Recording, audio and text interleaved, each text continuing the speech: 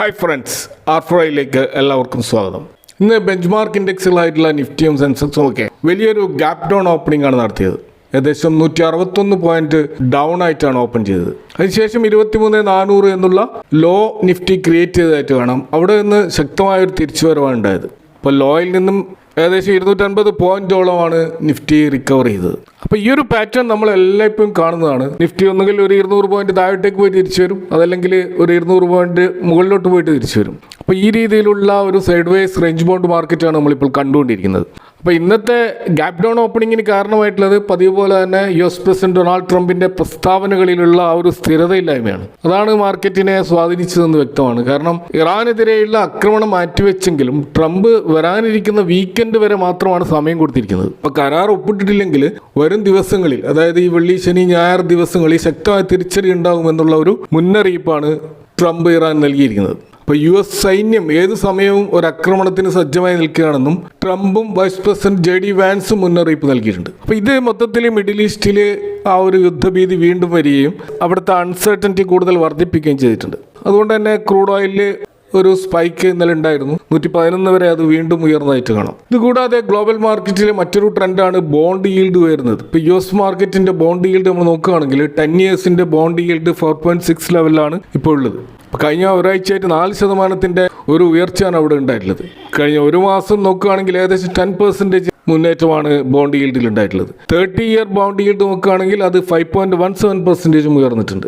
അപ്പോൾ ഈ US bond ഈൽഡും Indian മാർക്കറ്റും തമ്മിൽ ഒരു ഇൻവേഴ്സ് റിലേഷൻഷിപ്പാണുള്ളത്. അതായത് ബോണ്ട് ഈൽഡ് വരുമ്പോൾ ഇന്ത്യൻ മാർക്കറ്റ് താഴോട്ടേക്ക് പോകും. അപ്പോൾ നമുക്കറിയാം, ലോകത്തിലെ ഏറ്റവും സുരക്ഷിതമായ നിക്ഷേപ മാർഗമാണ് അമേരിക്കയിലെ ഗവൺമെൻറ് ബോണ്ടുകൾ.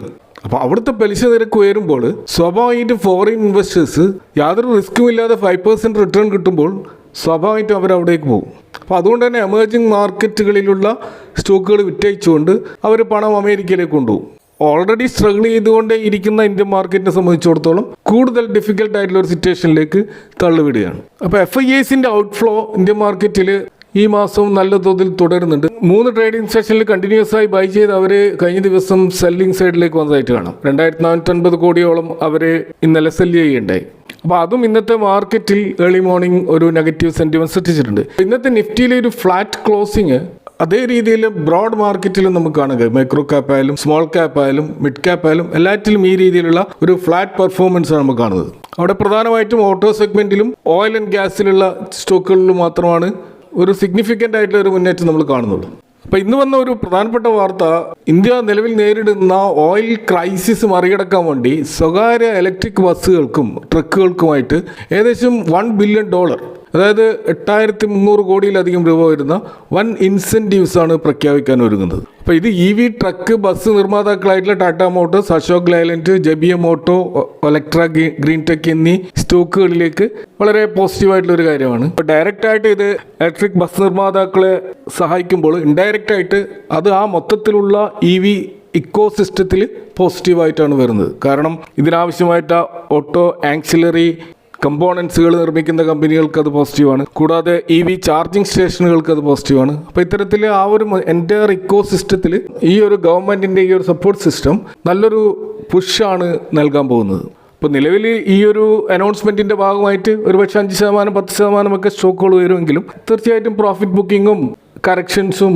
റീട്രേസ്മെൻ്റ് ഒക്കെ ഉണ്ടാകാം. പക്ഷെ ലോങ് ടേമിൽ നമ്മൾ നോക്കുകയാണെങ്കിൽ ഈ ഒരു സെഗ്മെൻറ്റ്, പ്രത്യേകിച്ച് EV റിലേറ്റഡ് ആയിട്ടുള്ള ഈ ഒരു സെഗ്മെൻറ്റ് തീർച്ചയായിട്ടും ഇന്ത്യയിൽ വലിയ തോതിലുള്ള ഒരു വളർച്ചയുടെ ഒരു ഘട്ടത്തിലാണ് ഇപ്പോൾ നിൽക്കുന്നത്. ഇതുപോലെ ഇൻ്റർനാഷണൽ മാർക്കറ്റിൽ ബ്രണ്ട് ക്രൂഡിൻ്റെ വില ഇപ്പോൾ ഉയർന്നു നിൽക്കുകയും അതുകൂടാതെ വരാൻ പോകുന്ന വീക്കെൻഡിൽ വലിയ തോതിലുള്ള ഒരു വാർ എസ്കലേഷൻ ഉണ്ടാവുകയാണെങ്കിൽ തീർച്ചയായിട്ടും അത് ക്രൂഡ് ഓയിലിൻ്റെ വില ഷൂട്ടപ്പ് ചെയ്യും. അത് ഇന്ത്യയിലുള്ള ഓയിൽ എക്സ്പ്ലോറേഷൻ കമ്പനികളെ സംബന്ധിച്ചിടത്തോളം പോസിറ്റീവാണ്. അതുകൊണ്ടാണ് ഇന്ന് നമ്മൾ കാണുന്നത് ONGC, ഓയിൽ ഇന്ത്യ പോലെയുള്ള സ്റ്റോക്കുള്ളത് പോസിറ്റീവാണ്. കൂടാതെ ഇന്ന് റിലയൻസിൽ നല്ലൊരു മുന്നേറ്റം ഉണ്ടായതാണ് നിഫ്റ്റിയെ മുന്നോട്ടേക്ക് നയിച്ചത്.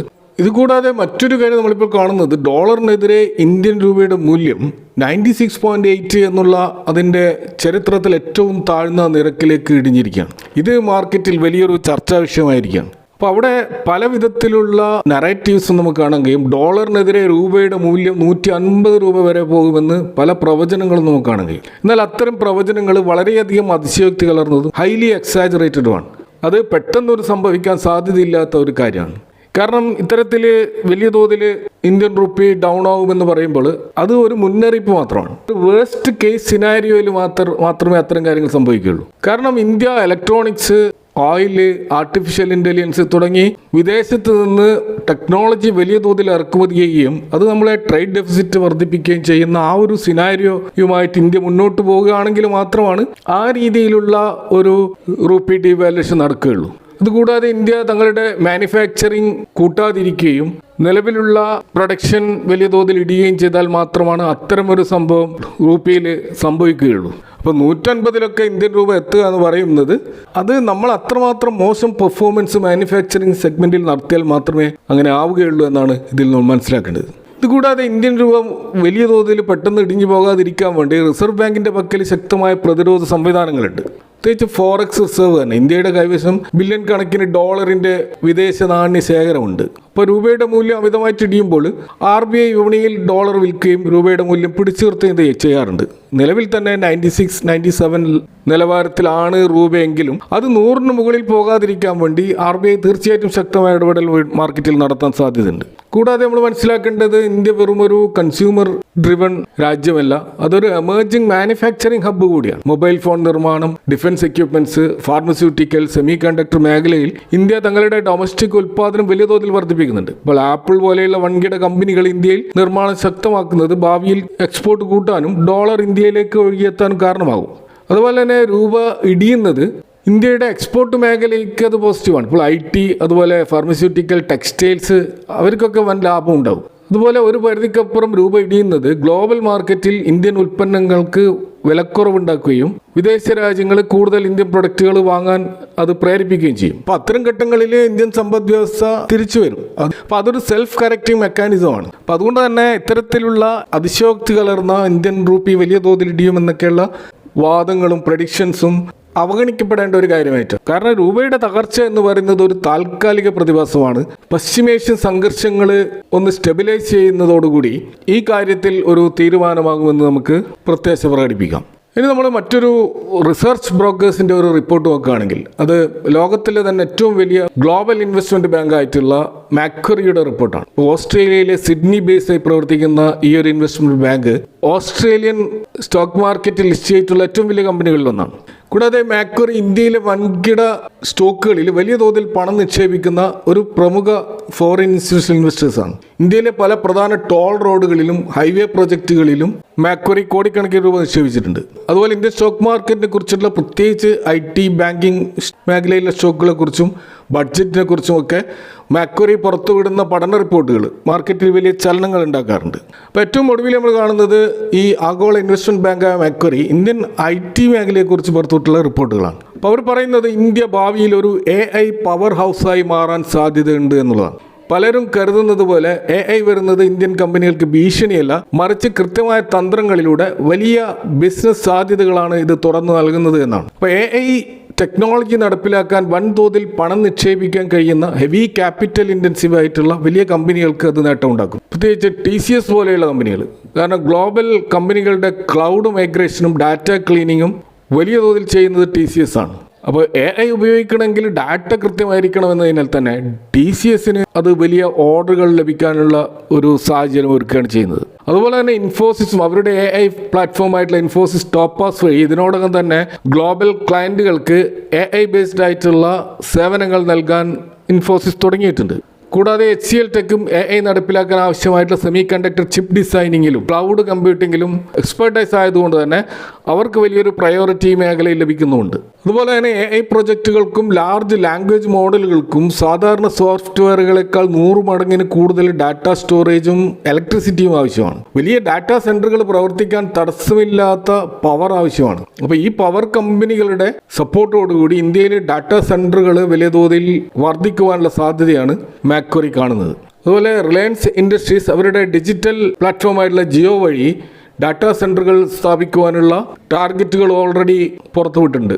കൂടാതെ എല്ലാവരിലേക്കും കുറഞ്ഞ ചെലവിൽ AI സേവനങ്ങൾ എത്തിക്കുവാനുള്ള ബേസിക് ഇൻഫ്രാസ്ട്രക്ചറും റിലയൻസിനുണ്ട്. അപ്പോൾ AI ഡാറ്റ കൈമാറ്റത്തിന് അതിവേഗ ഇൻ്റർനെറ്റും ക്ലൗഡ് സൗകര്യങ്ങളും ആവശ്യമാണ്. അതുകൊണ്ട് തന്നെ ഭാരതി എയർടെൽ, റിലയൻസ് ജിയോ പോലെയുള്ള 5G ശൃംഖലയും എഡ്ജ് കമ്പ്യൂട്ടിംഗ് സൗകര്യങ്ങളുള്ളതിനാൽ ഇത് ഇന്ത്യക്ക് വലിയ തോതിൽ ഒരു അഡ്വാൻറ്റേജ് ആയിട്ടാണ് മാക്വറി കാണുന്നത്. ഇതുകൂടാതെ അവർ പറയുന്നത് ലോകത്തിലെ ഏറ്റവും വലിയ കമ്പനികളുടെ റിസർച്ച് ആൻഡ് ഡെവലപ്മെൻറ്റ് സെൻറ്ററുകൾ ഇന്ത്യയിലാണ്. അപ്പോൾ ഇന്ത്യയിൽ കുറഞ്ഞ ചെലവിലുള്ള അഫോർഡബിൾ ടെക് ടാലൻറ്റുകൾ അവൈലബിൾ ആയതുകൊണ്ട് തന്നെ ഗ്ലോബൽ കമ്പനികൾ AI വികസിപ്പിക്കുന്നതിന് തീർച്ചയായിട്ടും ഇന്ത്യയെ കൂടുതൽ ആശ്രയിക്കാനുള്ള സാധ്യതയാണ് മാക്വറി കാണുന്നത്. അപ്പോൾ തുടക്കത്തിലുള്ള ഈ ഒരു ട്രാൻസ്ഫോർമേഷൻ സ്റ്റേജിൽ ചെറിയ പ്രതിസന്ധികളൊക്കെ ഉണ്ടാകാമെങ്കിലും ലോങ് ടേമിൽ ഗ്ലോബൽ AI വിപ്ലവത്തിൻ്റെ ഒരു ബാക്ക് ഓഫീസായിട്ട് ഇന്ത്യ മാറുമെന്നാണ് മാക്വറിയുടെ പ്രവചനം. ഇനി നമ്മൾ ഇന്നത്തെ മാർക്കറ്റിൻ്റെ നിഫ്റ്റി ലെവലുകളൊന്ന് പരിശോധിച്ചാൽ ഓപ്ഷൻ ചെയിനുകളിൽ നമുക്ക് മനസ്സിലാകുന്നത് 23,400 എന്ന ലോവർ ലെവലിൽ നിന്നും ശക്തമായിട്ട് തിരിച്ചു കയറിയിട്ടാണ് നിഫ്റ്റി 28,659 ക്ലോസ് ചെയ്തത്. PCR റേഷ്യോ അഥവാ പുട്ട് കോൾ റേഷ്യോ ഇപ്പോൾ 1 മുകളിലേക്ക് പോയിരിക്കുകയാണ്. അപ്പോൾ മാർക്കറ്റ് പൂർണ്ണമായിട്ടും ബിയറിഷ് അല്ലെന്നും താഴെത്തട്ടിൽ നല്ല തോതിലുള്ള ബൈങ് നടക്കുന്നുണ്ടെന്നുമാണ് ഇത് സൂചിപ്പിക്കുന്നത്. അപ്പോൾ 23,500 23,400 സ്ട്രൈക്കുകളിൽ വൻതോതിൽ പുട്ട് ഓപ്ഷൻ ഇൻട്രസ്റ്റ് നമുക്ക് കാണാൻ കഴിയും. അപ്പോൾ നാളെ മാർക്കറ്റ് വലിയ തോതിൽ ഇടിഞ്ഞാൽ പോലും 23,500 തകർക്കുക അത്ര എളുപ്പമാകില്ല. മുകളിലോട്ട് നോക്കുകയാണെങ്കിൽ 23,700 23,800 കൂടുതൽ കോൾ റേറ്റിംഗ് ബിൽഡിംഗ് നടക്കുന്നുണ്ട്. അതുകൊണ്ട് തന്നെ നിഫ്റ്റിക്ക് 23,700 മറികടക്കുക എന്നുള്ളതും വലിയ തോതിൽ സെല്ലിംഗ് പ്രഷർ നേരിടേണ്ടി വരും. ഇപ്പോൾ നിലവിലുള്ള മാർക്കറ്റിൻ്റെ ഈ ഒരു റേഞ്ച് ബൗണ്ട് ആക്ഷൻ തുടരാനുള്ള സാധ്യതയാണ് നമ്മൾ കാണുന്നത്. ഇനി ഈ വീക്കെൻഡിൽ ഉണ്ടാകാൻ പോകുന്ന ഇറാൻ-US വാർ എസ്കലേഷനുമായി ബന്ധപ്പെട്ടിട്ടുള്ള ആശങ്കകളും മാർക്കറ്റിലുണ്ട്. അതുകൊണ്ട് തന്നെ ഫ്രൈഡേ മാർക്കറ്റ് ഒരുപക്ഷെ മേക്ക് ഓർ ബ്രേക്ക് എന്നുള്ള ഒരു സിറ്റുവേഷനിൽ ചിലപ്പോൾ കാണേണ്ടി വരും. അപ്പോൾ ഇതൊക്കെയാണ് മാർക്കറ്റുമായി ബന്ധപ്പെട്ട് നിങ്ങളുമായിട്ട് ഷെയർ ചെയ്യാനുള്ളത്. ഈ വിഷയങ്ങളുമായി ബന്ധപ്പെട്ടുകൊണ്ടുള്ള നിങ്ങളുടെ അഭിപ്രായങ്ങളും കമൻറ്റുകളും അറിയിക്കാം. Thank for watching. See you next time with another video.